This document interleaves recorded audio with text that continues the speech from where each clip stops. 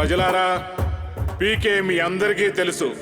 అతన్ని చూస్తుంటే 2014లో ఏ అధికారాన్ని ఆశించకుండా 2 పార్టీలకు సపోర్ట్ చేసిన ఒక గొప్ప నాయకుడు గుర్తొస్తున్నాడు.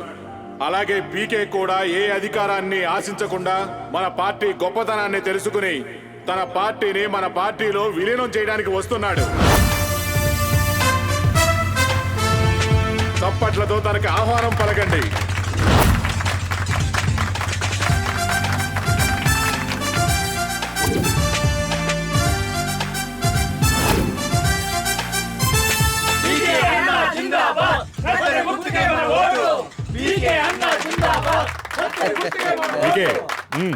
నమస్కారం మేయర్ గారు. నాకు ఇష్టమైన ప్రజలారా, మీకు విషయం చెప్పాలి. ఇక్కడికి నేను వచ్చింది మన మేయర్ గారికి సపోర్ట్ ఇవ్వడానికి కాదు. ఏంట్రా మాట్లాడుతున్నావు? మోహన్ ఏమన్నారా?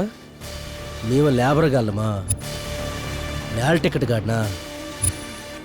నా రేంజ్ ఒక బిర్యానీ ప్యాకెట్టా? రే, నీ దగ్గర డబ్బు తీసుకొని నీ మీదే పోటీ చేసి గెలుస్తాను. ఈ లేబర్ గారిని గెలికితే ఎలాగుంటుందో చూద్దు గాని. మోహన్,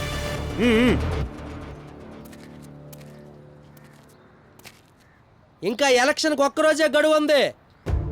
నేను కార్పొరేటర్ అవుతానో లేదో పక్కనెట్టేయండి. ఈ 5 సంవత్సరాల్లో మీ భవిష్యత్తు ఎలాగుండాలనేది మీరే తేల్చుకోండి. మిమ్మల్ని చూస్తే నాకు చాలా గర్వంగా ఉంది. ఎందుకంటే పోయినసారి ఎలక్షన్లో సిటీ మొత్తం మేయర్కి సపోర్ట్ ఇస్తే మీరు మీ నిజాయితీ మాత్రం ప్రసాద్ గెలిపించింది. మీరు ఎలక్షన్లో ఓట్లేసి గెలిపించుకుని మీ నాయకుడు ఎక్కడున్నాడు? మీ నాయకుడు సత్య శవమయ్యాడు. మీరందరూ కన్న కలల్ని ప్రసాద్ నిజం చేస్తుంటే దాన్ని మేయర్ అడ్డుకోవడం నిజం. ఈ మేయర్ అక్రమాల్ని ప్రసాద్ అడ్డుకోవడం కూడా నిజం. ప్రసాద్ అచ్చి గురవడం కూడా పచ్చి నిజం. ఇన్ని నిజాల్ని తనకున్న అధికారంతో తొక్కిడి కూడా అంతే నిజం. నేను ఎలక్షన్ లో పోటీ చేస్తుంది అధికారం కోసం కాదు, ప్రశ్నించడానికి.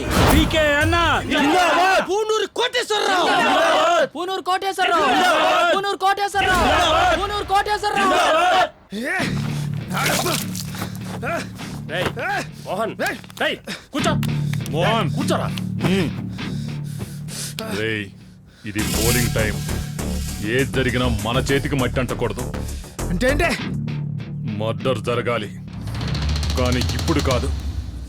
ఎలక్షన్ కోడ్ ముగిసిన మరుక్షణం సాయంత్రం 6 గంటల తర్వాత పోలింగు మనకు అనుకూలంగా వచ్చిందనుకో, కాళ్ళు చేతులు విరిసేసి పక్కన పడేసేయి.